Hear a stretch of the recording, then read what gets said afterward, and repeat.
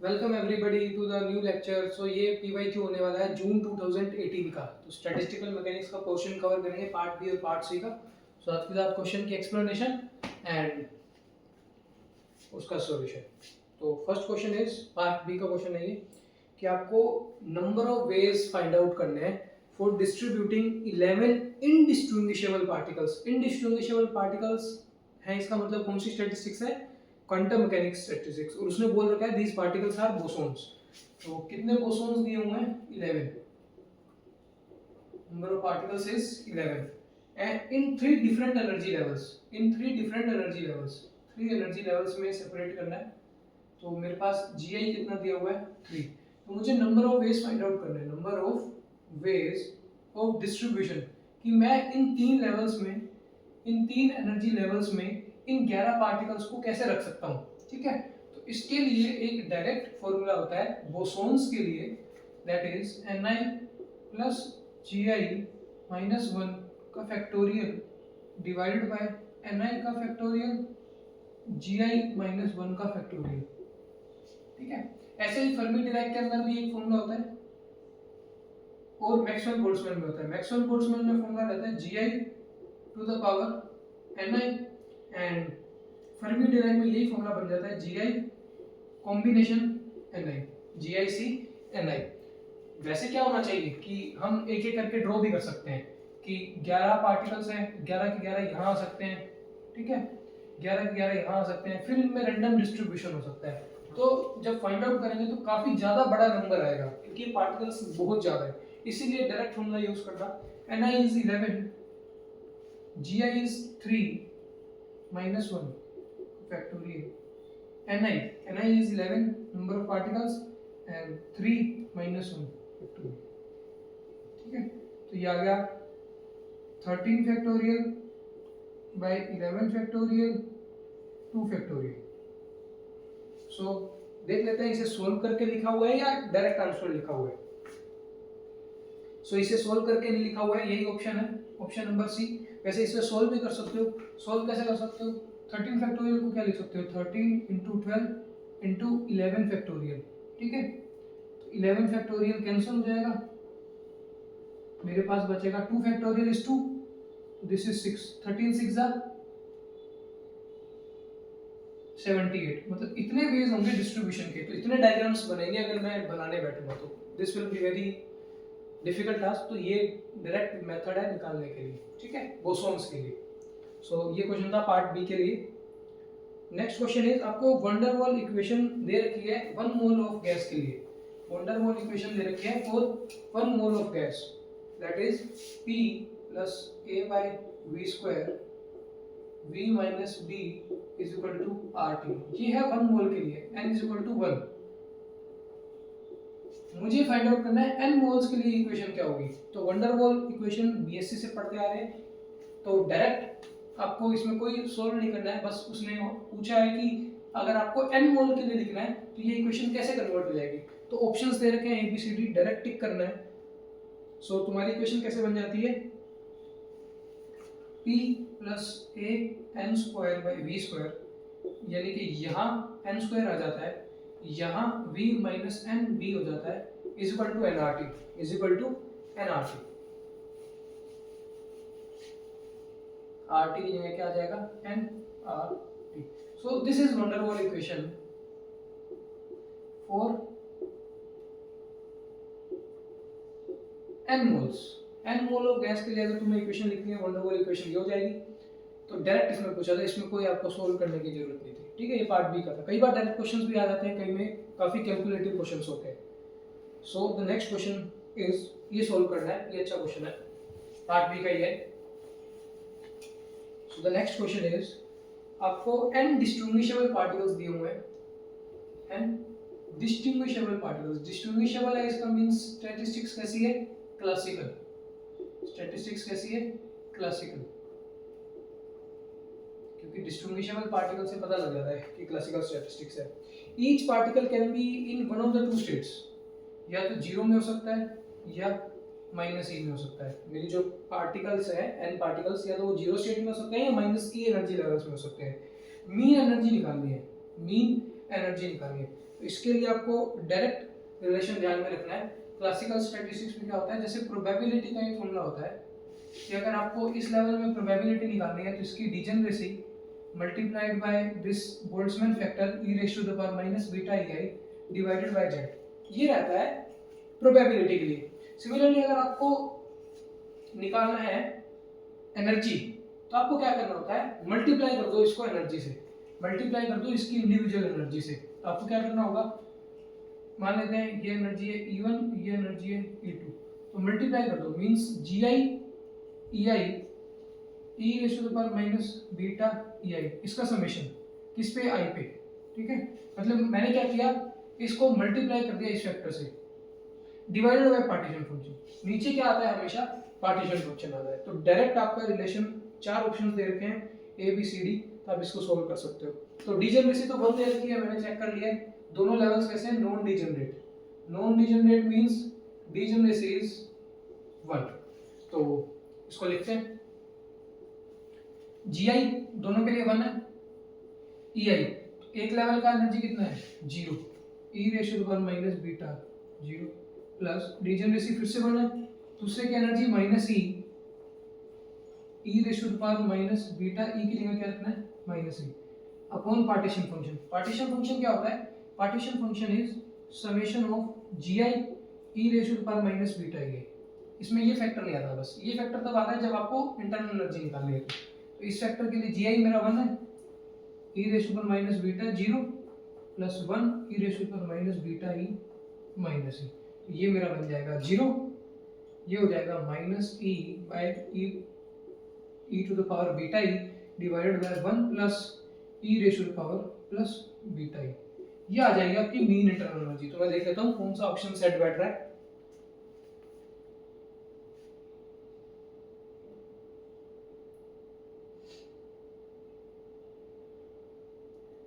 So the correct option, ये एक बार 1 particle के लिए आए, कितने पार्टिकल्स के लिए आए 1 पार्टिकल के लिए।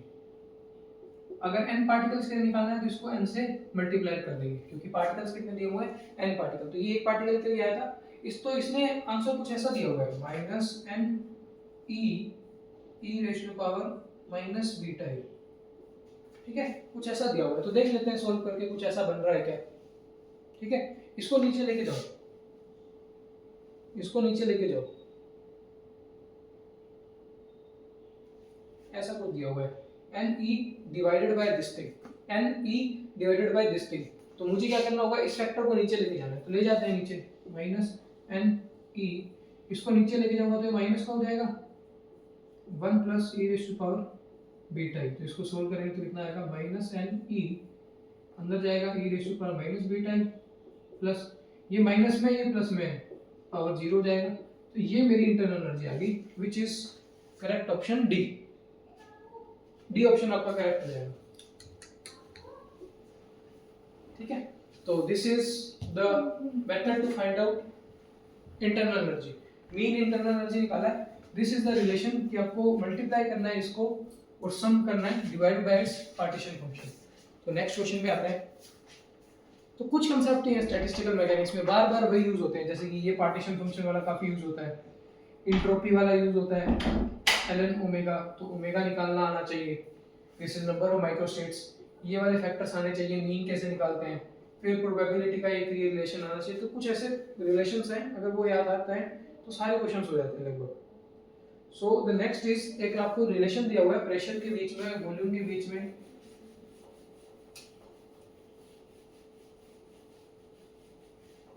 कुछ ऐसे इक्वेशन दे रखी है। Equation is P is equal to n kBT minus an square by 2 plus bn cube by 6, जहाँ पे P प्रेशर है, T टेम्परेचर है, n क्या है, number of particles per unit volume, number of particles per unit volume, that is number density, number of particles per unit volume। A B constants हैं। if system exhibits a gas liquid transition, कैसा transition हो रहा है, gas liquid transition, कि मेरा ये जो system है वो ट्रांजिशन स्टेट में है, किस ट्रांजिशन में? गैस टू लिक्विड ट्रांजिशन में। तो मुझे क्या फाइंड आउट करना है? Critical temperature. क्या फाइंड आउट करना है? Critical temperature. So critical temperature निकालने के लिए क्या किया जाता है? ये जो आपको इक्वेशन दी होती है प्रेशर की, उसका पार्शियल डेरिवेटिव करना होता है किसके साथ? वॉल्यूम के साथ। किसके साथ? वॉल्यूम के साथ। और उसे इक्वेट करना होता है जीरो में। फिर हम इसका करते हैं second order derivative, del square P by del V square equal to zero. यहां से इन दोनों इक्वेशन से हमारे पास क्रिटिकल प्रेशर आ जाता है, क्रिटिकल वॉल्यूम आ जाता है, क्रिटिकल टेम्परेचर आ जाता है। ये तीनों चीजें फाइंड आउट कर सकते हैं यूजिंग दीस टू इक्वेशंस। इसका डेरिवेटिव विद वॉल्यूम इक्वेट करना है जीरो के साथ, फिर सेकंड ऑर्डर डेरिवेटिव इक्वेट करना है जीरो के साथ। तो पूरी इक्वेशंस को पहले वॉल्यूम में कन्वर्ट कर लेते हैं, क्योंकि मुझे नंबर डेंसिटी में दिया हुआ है, तो मैं नंबर डेंसिटी को कन्वर्ट कर लेता हूं n by v, this n by v number of particles per unit volume.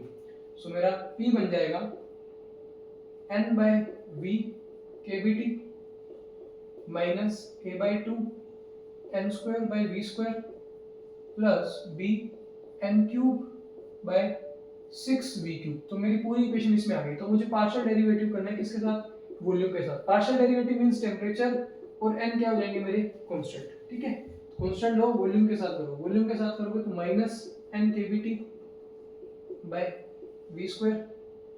इसका करोगे, ये है v पावर 2, ऊपर जाएगा -2, ऊपर जाएगा -2, तो -2 आगे आ जाएगा, तो ये minus minus plus a n square, ये बन जाएगा 2v पावर -3, नीचे आगे पावर 3 हो जाएगा। तो कुछ ऐसे डेरिवेटिव करना होगा। ठीक है, फिर उसके बाद इसका करते हैं, ये ऊपर जाके कितना हो जाएगा? v पावर -3, तो -3 आगे आएगा, b n cube as it is 6, एक पावर कम हो जाएगी, दैट इज v पावर -4, नीचे लेके जाऊंगा v पावर 4। तो मेरे पास इसको जीरो पे इक्वेट करना है, तो मेरे पास n kBT का वैल्यू कितना आ गया? n kBT by v square का, this is a n square by v cube minus 3 से ये कैंसिल हो रहा है, 2v power 4 b n cube. v square से अगर मैं इसको कट करूंगा तो यहाँ v रह जाएगा, यहाँ v टू द पावर 2। तो n kBT का वैल्यू आ गया a n square by v minus b n cube bye 2v square. तो एक इक्वेशन मेरी आ गई। ठीक है, एक इक्वेशन मेरी आ गई। दूसरा क्या करना है? मुझे इसका सेकंड ऑर्डर डेरिवेटिव करना है। इसका मुझे सेकंड ऑर्डर डेरिवेटिव करना है। तो सेकंड ऑर्डर डेरिवेटिव करते हैं इसका। तो जहां फर्स्ट ऑर्डर डेरिवेटिव है ये ना, इसको एक बार और डिफरेंशिएट करते हैं, फिर उसे भी जीरो के इक्वेट करना है। तो this is the method. Critical temperature निकालना, वॉल्यूम प्रेशर निकालना, ये करते हैं। एक बार डिफरेंशिएशन p का विद रिस्पेक्ट टू v, फिर दो बार दोनों को जीरो के इक्वेट करते हैं। ये रहा, इसको दूसरी बार करते हैं, keeping n and t constant. तो v पावर -2 ऊपर जाएगा, तो this will B 2 n kBT v cube, क्योंकि ये बन जाएगा v पावर -2 आगे आएगा, एक पावर कम हो जाएगी, तो this is minus minus plus हो जाएगा, आगे 2 आ जाएगा 3। यहाँ देखो a n square by v cube, तो -3 a n square by v cube, नहीं 4, कि भाई y पावर -3 जाएगा, -3 आगे आएगा, v पावर -4 आएगा, तो this will be the 3। So ये है -1/2 b n क्यूब, ये है v to the power 4, v to the power -4, तो -4 आगे आएगा, v टू द पावर -5, तो माइनस माइनस प्लस हो जाएगा, और यहाँ हो जाएगा v टू द पावर 5। तो मेरे पास इसको भी जीरो पे इक्वेट करना है, तो मेरे पास इसका वैल्यू आ जाएगा, अगर मुझे इसको जीरो के इक्वेट करना है तो 2n kBT का वैल्यू निकाल लेते हैं। मेरे पास n kBT का है, 2n kBT का निकाल लेते हैं, बाय v क्यूब का वैल्यू आ जाएगा, ये जाके उधर प्लस का 3an square by v power 4, ये minus 2b n cube by v to the power 5। यहाँ v क्यूब है, मल्टीप्लाई करोगे इसको v क्यूब से, सो ये हो जाएगा v पावर 1, और ये हो जाएगा v टू द पावर 2। ठीक है, सो मेरे पास n kBT का वैल्यू पहले से ही है। n kBT का वैल्यू कितना है? ये रहा फर्स्ट इक्वेशन से, तो यहाँ रख देते हैं। n kBT का वैल्यू कितना है? This is 2 an square by v minus 2b n cube, 2 से मल्टीप्लाई भी कर दिया साथ के साथ, बराबर में क्या आ रहा है, ये 3a n² by v minus 2b n cube by v²। तो v वाली टर्म एक साथ लेते हैं, v² वाली एक साथ लेते हैं। सो v वाली टर्म ये थी, इसको इधर ले जाओ, 3a n² बाय v² नहीं v minus 2a n² by v, ठीक है। इसको उधर ले गया, इसको इधर ले आओ, इसको इधर लेके आओगे तो कितना आएगा, प्लस का 2b n³ by v² minus this b n³ by v²। तो ये 3 माइनस 2 1, ये 2 माइनस 1 1, यहां से मेरे पास v आ गया, कितना आ गया, v कितना आ गया, b n³ by a n², that is bn by a। ये आ गया मेरा क्रिटिकल वॉल्यूम। तो अगर मुझसे क्रिटिकल वॉल्यूम पूछता तो मेरा आ गया क्रिटिकल वॉल्यूम, लेकिन मुझे क्रिटिकल वॉल्यूम नहीं पूछा, क्रिटिकल टेम्परेचर पूछ रहा है। यहाँ पुट कर दो इस इक्वेशन में, इसका वैल्यू यहाँ पुट कर दो, तो n kBT कैसा, क्रिटिकल टेम्परेचर, ठीक है। अगर प्रेशर पूछता, इक्वेशन इस इक्वेशन में पुट कर दूंगा, तो मुझे T भी चाहिए होगा, V भी चाहिए होगा, V आ गया, T निकाल लेता हूँ, T भी निकाल सकता हूँ, बट पूछा है क्रिटिकल टेम्परेचर, तो इसमें रख देते हैं a n² बाय v का वैल्यू कितना, bn बाय a, ठीक है, माइनस bn³ बाय 2 v², इसका square, that is b² n² bye a²। इसको सॉल्व कर लेते हैं, कितना बनेगा, a² n by v minus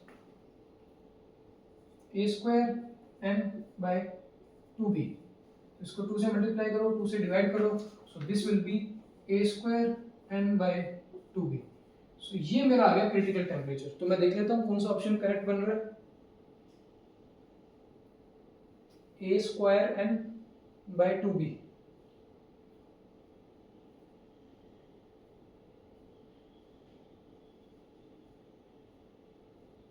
so the correct option is C, C option मेरा करेक्ट बैठ रहा है, ठीक है।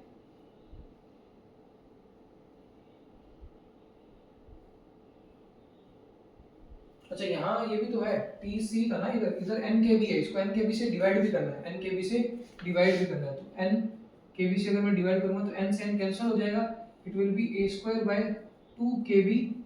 ऐसी स्मॉल मिस्टेक्स हो जाती है, बट ऑप्शन था ही नहीं ऐसा कुछ, तो इसीलिए मैं कंफ्यूज हो गया था थोड़ा, ऐसा ऑप्शन था ही नहीं, ये ऑप्शन था, तो ये डिवाइड करने से आएगा, मैंने ये डिवाइड ही नहीं किया, सीधा TC कर दिया। यहाँ कैसा है, साथ में NKB, इसको डिवाइड करना था, तो ये करेक्ट ऑप्शन है सी।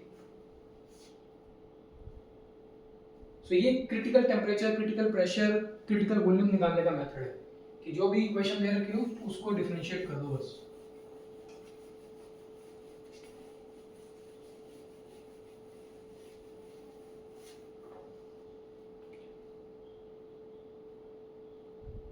सो नेक्स्ट क्वेश्चन दिया हुआ है, वीन्स लॉ पे है ये क्वेश्चन, किस पे है, वीन्स लॉ पे। वीन्स लॉ आपको याद होगा क्या कहता है, lambda maximum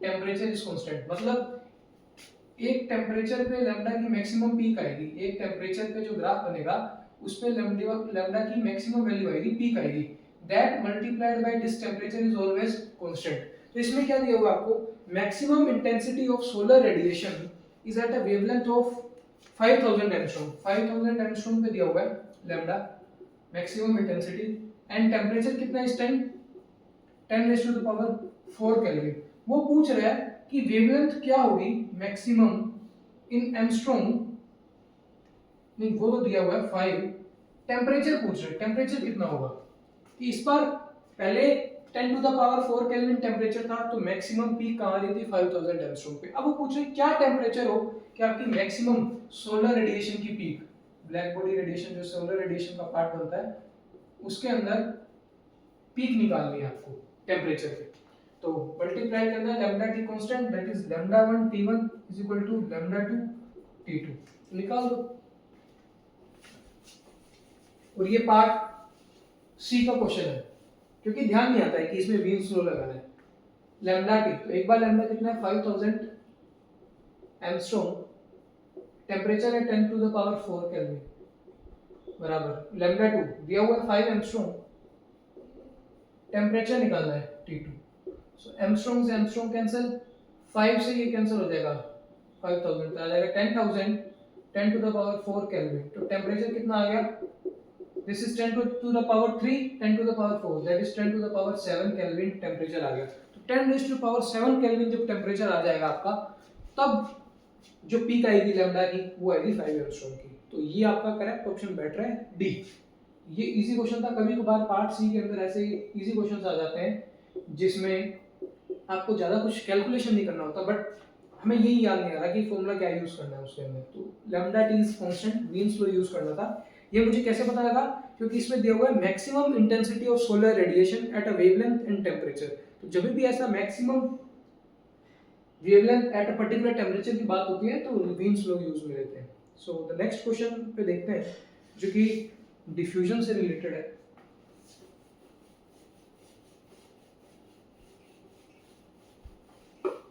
So the next question is consider a particle diffusing in a liquid in a large box। एक लार्ज बॉक्स है, इसके अंदर कोई लिक्विड दिया हुआ है, ठीक है, एक पार्टिकल है जो इसमें डिफ्यूज कर रहा है, ठीक है, diffusing.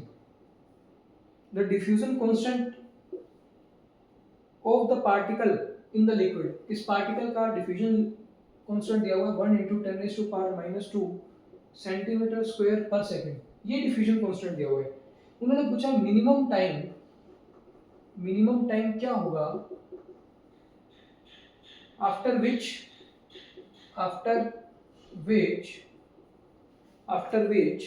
Root mean squared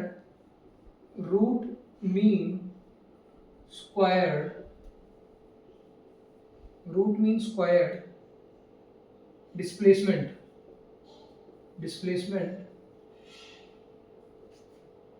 becomes more than 6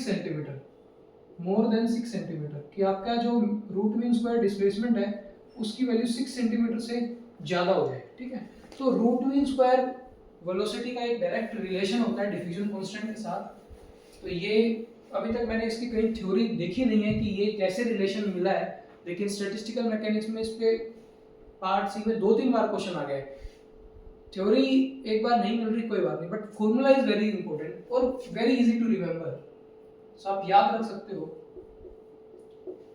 इतना सिंपल सा फॉर्मूला है, that is the root mean squared displacement is equal to 6dt, where 6 is a constant, d is the diffusion constant of the particle in the liquid, and t time ही पूछा है मुझसे, minimum time after which root mean squared value कितनी हो जाएगी 6 centimetre, more than 6 centimetre. तो मैं 6 centimetre रखता हूं, ठीक है, का square is equal to 6dt, d is मेरी 1 × 10⁻⁻² t, इसका यूनिट है सेंटीमीटर पर सेकंड, और यहाँ भी यूनिट है centimetre, that is 6 × 6 centimetre square, यहाँ है 6 × 10⁻⁻² centimetre square per second into t। तो सेंटीमीटर स्क्वायर तो कैंसिल हो गया, t आ जाएगा मेरे पास, सेकंड उधर जाएगा 6 × 6, यहाँ आ जाएगा सेकंड डिवाइड बाय द 6 × 10⁻², एक 6 cancel, t will be 6 × 10⁻² second, that is 600 second. इसने इसको मिनट्स में कन्वर्ट किया हुआ है, तो 60 से डिवाइड करेंगे तो दैट विल बी 10 मिनट्स। तो ये टाइम आ जाएगा मेरा जिसमें रूट मीन स्क्वायर डिस्प्लेसमेंट की वैल्यू मोर देन 6 सेंटीमीटर हो जाएगी। तो मेरे को इसका थ्योरी नहीं मिला है, but very easy formula to remember, आप डायरेक्ट याद रख लो क्योंकि 3-4 बार आ रखा है कि जो रूट मीन स्क्वायर डिस्प्लेसमेंट है that is 6 times dt, where d is the diffusion constant, t is the time। तो आई होप थोड़ा अजीब लग रहा होगा, बट इसको थोड़ा याद करने की कोशिश करो क्योंकि ये क्वेश्चन पार्ट सी में 2-3 बार आए। तो अगर आ जाता है बाई चांस और वी आर लकी कि हमें ये फॉर्मूला याद है, तो this is the free 5 marks, क्योंकि ज़्यादा इसमें कैलकुलेशन नहीं करनी है। बट टॉपिक, हाँ, ये कहाँ से आया है, किस रिलेशन में है, इसका डिफ्यूजन से कोई हमारा था ही नहीं स्टैट मैक में, तो ये कहाँ से आया इसका कोई कह नहीं सकते कुछ।